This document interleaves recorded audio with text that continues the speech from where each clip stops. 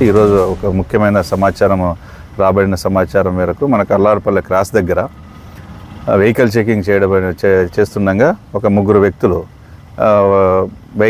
మూడు వెహికల్స్లో వస్తూ పోలీస్ వారిని చూసి వాళ్ళు పారిపోవడానికి ట్రై చేస్తే వాళ్ళు పట్టుకున్నారు.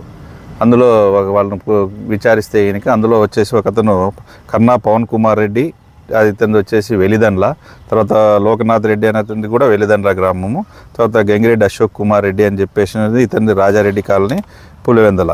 వీళ్ళు ముగ్గురు వాళ్ళ వెహికల్స్లో వస్తున్నారు. ఆ వెహికల్స్ గురించి సమాచారం ఇస్తే వాళ్ళ దగ్గర ఏ రకమైనటువంటి లైసెన్స్ కానీ అవి లేకోకుండా ఉంటే వాళ్ళని గట్టిగా విచారిస్తే ఈయనక వాళ్ళు కన్ఫెషన్ చేయడం జరిగింది.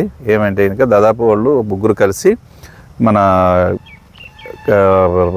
ప్రొద్దుటూరు, జమ్మలమడుగు, ఎర్రగుంట్ల, పులివెందుల, కదిరి, అనంతపురం జిల్లాలో అన్నిట్లో కలిసి దాదాపు 27 వెహికల్స్ను దొంగతనం చేయడం జరిగింది. వాటన్నిటినీ కూడా వాళ్ళు వాళ్ళ అమ్ముకోవాలనే ఉద్దేశంతో వాళ్ళ స్వగ్రామమైనటువంటి వెలిదండ్లలో ఉంచడం జరిగింది. వాటిని అన్నిటినీ కూడా రికవర్ చేయడం జరిగింది.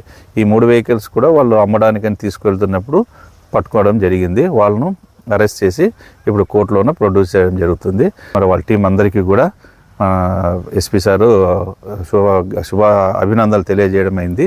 వీళ్ళందరికీ కూడా మా టీంలో పనిచేసిన వాళ్ళకి కూడా రివార్డ్ ఇవ్వడం జరుగుతుంది. ప్రతి ఒక్కరూ తప్పనిసరిగా యూట్యూబ్లోకి వెళ్ళి కడప వార్తను లైక్ చేయండి, సబ్స్క్రైబ్ చేయండి.